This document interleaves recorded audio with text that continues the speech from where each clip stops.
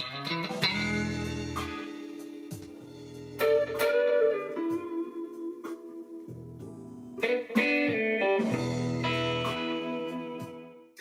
welcome to Master Guitar Fret. My name is Jörg. Today's lesson we're going to learn how to start a solo. In particular, what note to hit first. I'm just going to show you where to go to start off your solo. If you already mastered that part and how to start a solo, I have a bunch of lead solo lessons right here for you. Okay, we're going to do that in the key of A, in that E-shaped bar chord on the 5th fret, okay? But you can transpose all this information into any key that you want to be soloing in.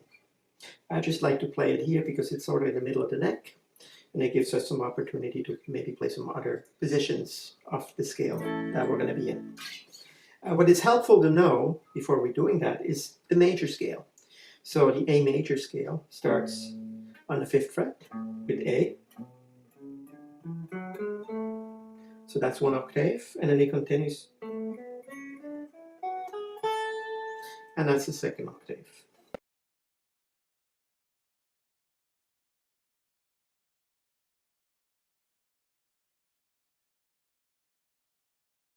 Let's start with the number 1, the root.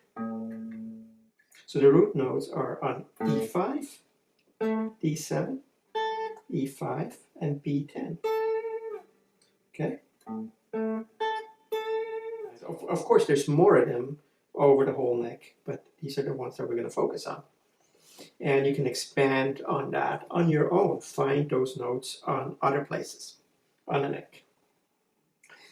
We're also focusing on, we are in that first position of that major scale. That major scale can be played in various positions on the neck. Since we're starting, we're going to just focus on that. And we might venture out actually into the second position of that major pentatonic scale with that B10.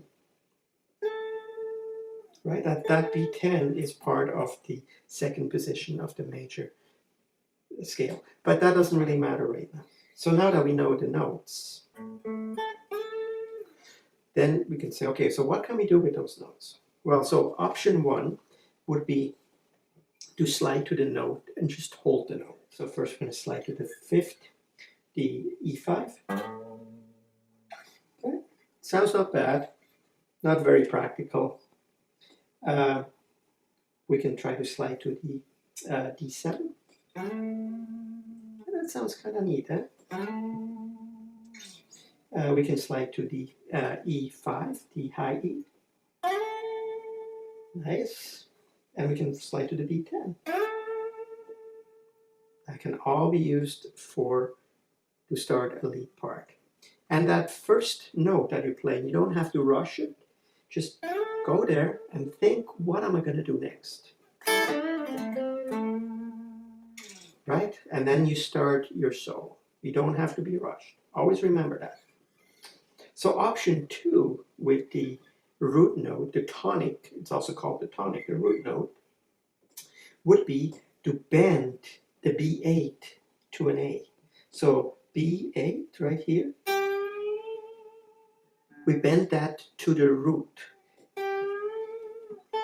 We bend it, right? And we can hold that.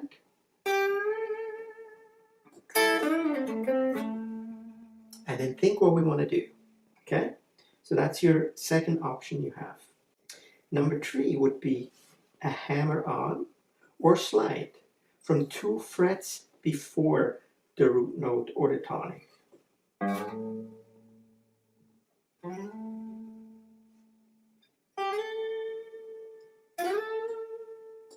Slide to that B10 is a cool way to do it. And I like to do that because I just go and I hear it, right? You'll hear that you hit that root note. And then you can do something afterwards. Okay. The other thing you can do is hammer on and do the same thing. You hammer on from that 2 frets before. It's a nice option, right? From 2 frets up. Hammer on, vibrato.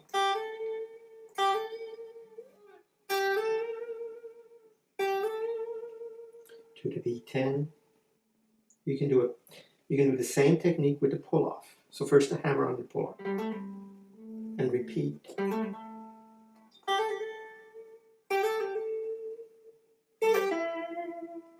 Right, so that's how you can start a solo. Okay, option 4, it's quite simple. Just use multiple root notes. Right, they're all the same notes in different position, different octaves. So it sounds quite neat. It's a good way to start a solo as well. Option 5 with the root notes would be an arpeggio. So basically you play the chord notes. Start the solo like this. You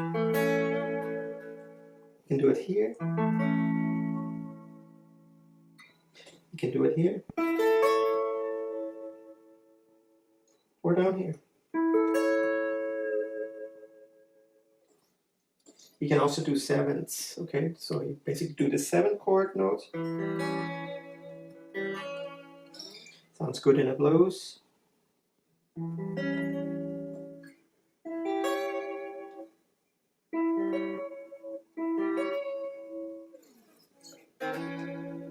Or just pick the 2 notes of the A7 chord.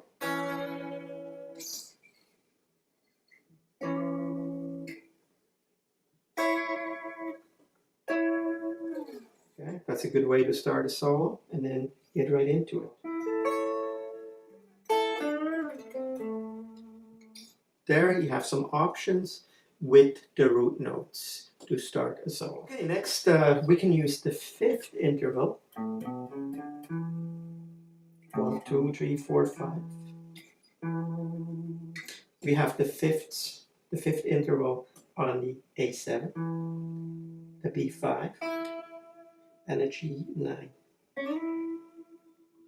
Okay, so we can use that to start a solo. Some options, you can take the G7 and you bend it to the 5th, right? I hear AC/DC right there. He starts a lot of his solos with that bend.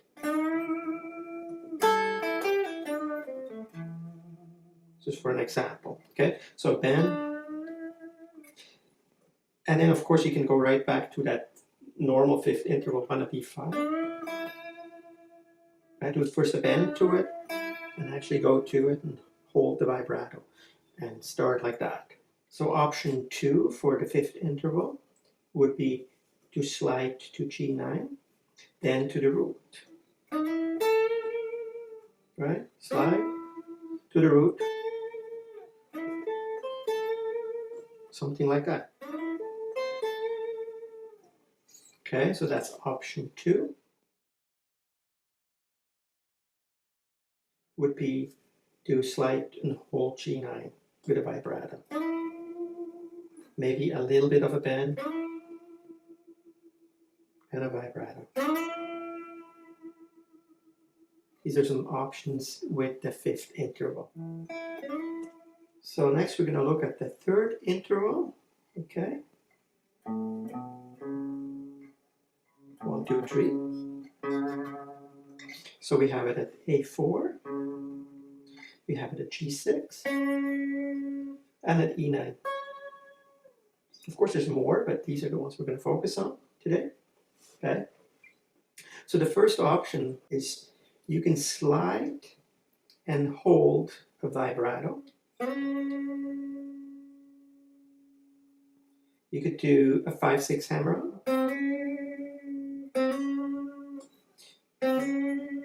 just to create some suspense, and then put something there that makes sense. A lick, right? That's in that particular area.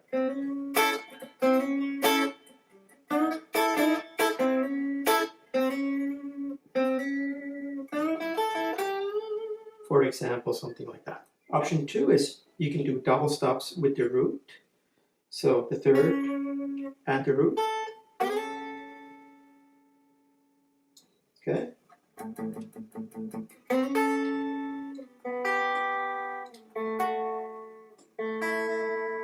That's how a song starts from CCR, right? With that double stop. And always play it up here. The root and the third works well together. And up here, well, it's a little dark up here. But option 3 is to do double stops with the fifth. So the third and the fifth together.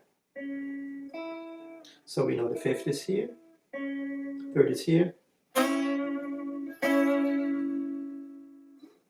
or the root is here, third is here, root is here, fifth is here.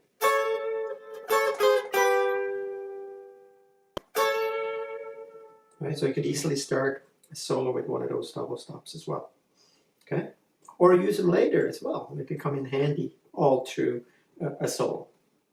Now, one thing to remember is with these double stops, unfortunately, they're not going to work over A minor chord, for example. So if the key is A minor, all the other options I gave you, using the fifth interval, by itself, using the root by itself, will work over any major and minor chord progression. I hope you had fun. I hope this will help you maybe with some of your soloing in the future. Please subscribe and check out my other lessons on my channel. Thanks for watching. I hope to see you soon.